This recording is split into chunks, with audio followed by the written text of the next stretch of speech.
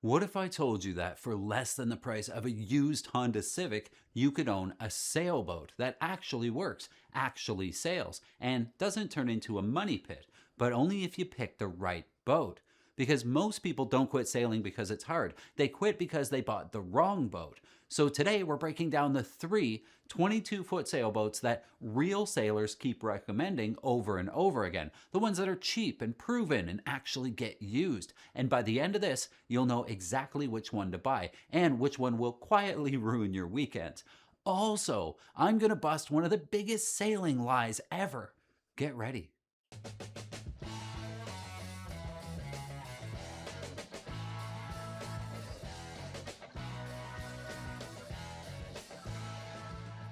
So I went onto the Lady K Sailing Facebook page and I asked a simple question. If you have to recommend a small, affordable, actually usable sailboat around 22 feet, what would you tell people to buy? And the response came back fast and loud. Over 100 replies later, three boats kept surfacing.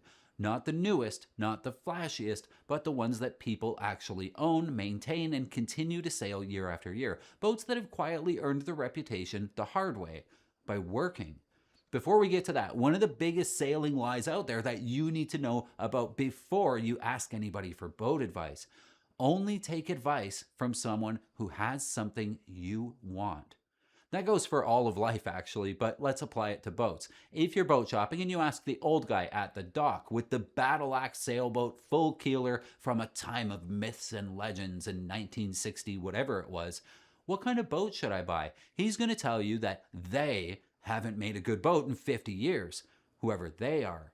If you ask a racer, they're going to tell you to buy a fast boat. If you ask a risk-adverse, boring person, they're going to have you in a full keel that only sails on a beam and at best 4 knots. If you ask an accountant, they'll have you not buy any boat at all. What I'm saying is, you'll get the answer that suits them, and all of them are right, except for the accountant. But all of them are also wrong. Sailboats are like shoes. You'll likely own a few in your life, and none of them are going to be perfect. But you'll need some shoes at some point, and it doesn't really matter which one, so just buy some. If you want to sail a lot, take advice from people who sail a lot. I've got Hobie Cats and lasers and keel boats, and I race on 2 other people's keel boats, and I'll always tell you, buy whatever you can afford and is closest to your house so that you can buy it today.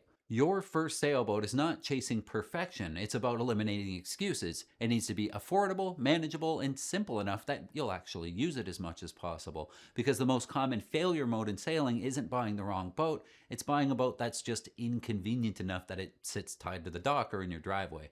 So today we're looking at 3 of the most proven 22-footers ever built.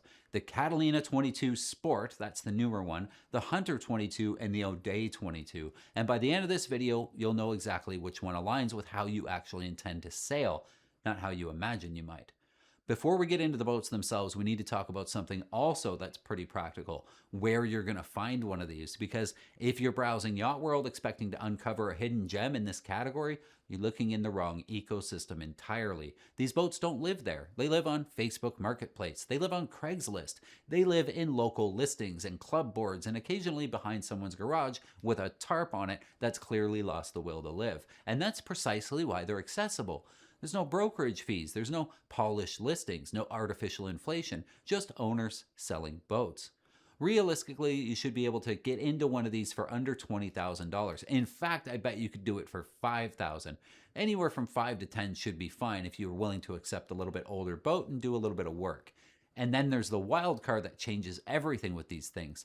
Trailers. Most of these boats come with trailers, and that single detail dramatically alters your ownership equation. Now you're not locked into a marina with fees. You're not paying for winter storage. You can move the boat, you can store it at home, and you can launch it whenever you want to. It does take half hour to an hour to get these things set up, so keep that in mind. But there's a mechanical reality here that matters too. Not all 22-foot boats trailer the same. A swing keel boat where the keel lifts up sits lower on the trailer, launches more easily, and doesn't demand a perfect boat ramp. A fin keel boat sits higher on the trailer, requires more water, often demands either a steeper ramp or a longer trailer tongue. In other words, one setup feels like a casual afternoon you can launch from anywhere, the other one feels like an engineering project. That difference alone can determine whether you sail this boat often or just a little bit. Now let's get into the boats, starting with the Catalina 22 Sport. This displaces roughly 2,400 pounds, so you can tow it with, I don't know, a Honda Civic, carrying about 500 pounds of ballast. In practical terms, that means it's light enough to trailer, yet stable enough to feel composed under sail in moderate to light wind.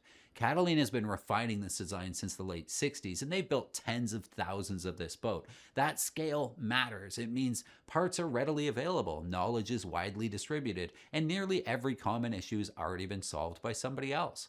On the water, the Catalina is defined by its predictability. It tracks well, responds calmly, tolerates mistakes without immediately escalating them into lessons that you didn't ask to learn.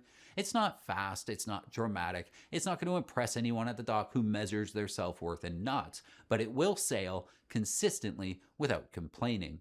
The interior is functional at best. Think of it less as a cabin and more as a structured excuse to stay overnight if you've had a few too many drinks. This is not luxury, it's utility. And that's precisely the point. The Catalina 22 is the most defensible choice on this list. No one will ever blame you for buying one of these things. It's the least likely to surprise you, the easiest to maintain, and the simplest to sell when you're ready to move on. If your goal is to get into sailing with minimal friction, this is your boat. Next up, the Hunter 22. This is the old one, not the new one, and this is where things get interesting. At roughly 3,200 to 3,400 pounds, you're going to need a little bit of a pickup truck to pull it around. About 1,300 pounds of ballast, the 22 is significantly heavier than the Catalina, and that mass translates directly into a different sailing experience. Step aboard and it immediately feels bigger, more interior volume, more usable space, and a stronger sense that this could function as a legitimate weekend cruiser rather than an oversized day sailor. On paper, it also carries a performance advantage. A longer waterline, greater displacement contribute to improved theoretical speed and more planted feeling in moderate conditions. But here's where the nuance matters. Hunter, particularly in this era, were built to a price point. And while you gain space and capability, you don't always gain refinement. Hardware can be lighter and cheaper. Construction can feel less robust in certain areas. And when the wind builds, the boat has a tendency to develop noticeable weather helm if you don't reef early. In other words, it rewards attention and punishes complacency. That said, if your objective is to extract the maximum amount of boat for your budget, the Hunter 22 makes a compelling case. It offers more room, more presence, more cruiser-like experience than the others in this category. It simply asks a bit more of you in return. And finally, the O'Day 22. 2,100 to 2,200 pounds of displacement with about 800 of ballast. The O'Day sits back toward the lighter, more agile end of the spectrum. And unlike the Hunter, it doesn't pretend to be anything else. This is fundamentally a day sailor with overnight capability, not a small cruiser trying to do everything. The cockpit's one of the strongest attributes. It's well proportioned, comfortable, genuinely suited to sailing. You can spend an afternoon on there without feeling like you're compromising. Under sail, this boat's approachable and forgiving. It invites use rather than demanding preparation. The interior, however, is honest to a fault. You can sleep aboard, certainly, but you'll remain fully aware that you're on a 22-foot boat at all times. As with many boats in this period, the hardware and rigging often benefit from upgrades. Winches, fittings, smaller components may not meet modern expectations out of the box, but that simplicity is part of its appeal and why it's cheap. This is a platform for you to understand, modify, and improve over time. It encourages participation rather than passive ownership. So now we arrive at the decision, because these boats are not exactly interchangeable, and choosing between them is less about specifications and more about your intent. The Catalina 22 Sport is for the person who values reliability above all else. You want a known quantity, minimal surprises, and the easiest possible ownership and selling it later experience. The Hunter 22 is for the person who wants to stretch the boundaries of what 22 feet can be. More space, more comfort, more cruiser-like feel, with a corresponding increase in complexity. And the O'Day 22 is for the person who just wants to sail, not manage systems, not chase comfort, but simply get out on the water and go. And here's the broader point that ties all this together.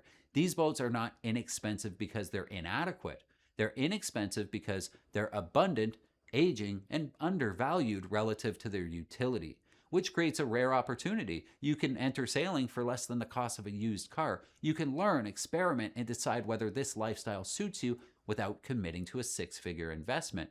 And even cheaper, crewing. If you don't even want to buy a boat, we have a couple great resources that you can use to get on a boat for free.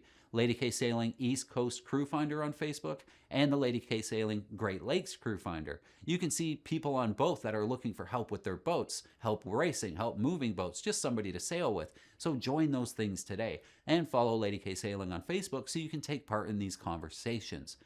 Which is perfect because the mission here at Lady K Sailing has always been to get more people sailing more easily, and I sure couldn't do it without you guys, the patrons, people who give as little as a couple of bucks an episode to make these videos possible. If you'd like to help me get more people sailing more easily, please consider becoming a patron. Paid patrons also get access to the app where we have group chat, live messaging, and early access to every video. I hope to see you guys there. Until next time, friends, keep the heavy side down, but not too far down. I love you guys.